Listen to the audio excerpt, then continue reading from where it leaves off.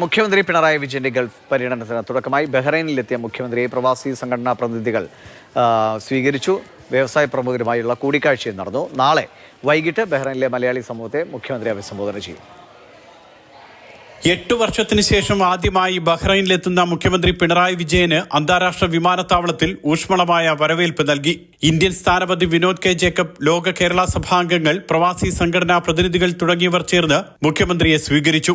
സ്വാഗത സംഘം general convener P Sreejith, chairman Radhakrishnapillai, Loka Kerala സഭാംഗങ്ങളായ Zubair Kannur, Shanavas, Bahrain Keraleeya Samajam general secretary Varghese Karakkal, Lulu group country manager Juzer Roopawala എന്നിവരും വിമാനത്താവളത്തിൽ മുഖ്യമന്ത്രിയെ സ്വീകരിക്കാനെത്തി. ചീഫ് സെക്രട്ടറി എ ജയത്തിലേക്ക് അടക്കമുള്ളവരാണ് മുഖ്യമന്ത്രിക്കൊപ്പം ആദ്യമെത്തിയത്. വിവിധ സംഘടനാ പ്രതിനിധികളും വ്യവസായ പ്രമുഖരുമായി മുഖ്യമന്ത്രി പ്രാഥമിക കൂടിക്കാഴ്ച നടത്തി. നാളെ വൈകിട്ട് മലയാള മിഷനും ലോക കേരള സഭയും ചേർന്ന് കേരളീയ സമാജത്തിൽ സംഘടിപ്പിക്കുന്ന പ്രവാസി മലയാളി സംഗമത്തിൽ മുഖ്യമന്ത്രി മലയാളികളെ അഭിസംബോധന ചെയ്യും. ഇന്ത്യൻ അംബാസിഡർ വിനോദ് ജേക്കബ്, സാംസ്കാരിക മന്ത്രി സജി ചെറിയാൻ, പത്മശ്രീ എം.എ. യൂസഫലി എന്നിവർ സംഗമത്തിൽ വിശിഷ്ടാതിഥികളായി പങ്കെടുക്കും. ശനിയാഴ്ച കേരളത്തിലേക്ക് മടങ്ങുന്ന മുഖ്യമന്ത്രി ഈ മാസം 24, 25 തീയതികളിൽ ഒമാൻ സന്ദർശിക്കും. പിന്നീട് ഖത്തർ, UAE, കുവൈറ്റ് എന്നീ രാജ്യങ്ങളും മുഖ്യമന്ത്രി സന്ദർശിക്കുന്നുണ്ട്.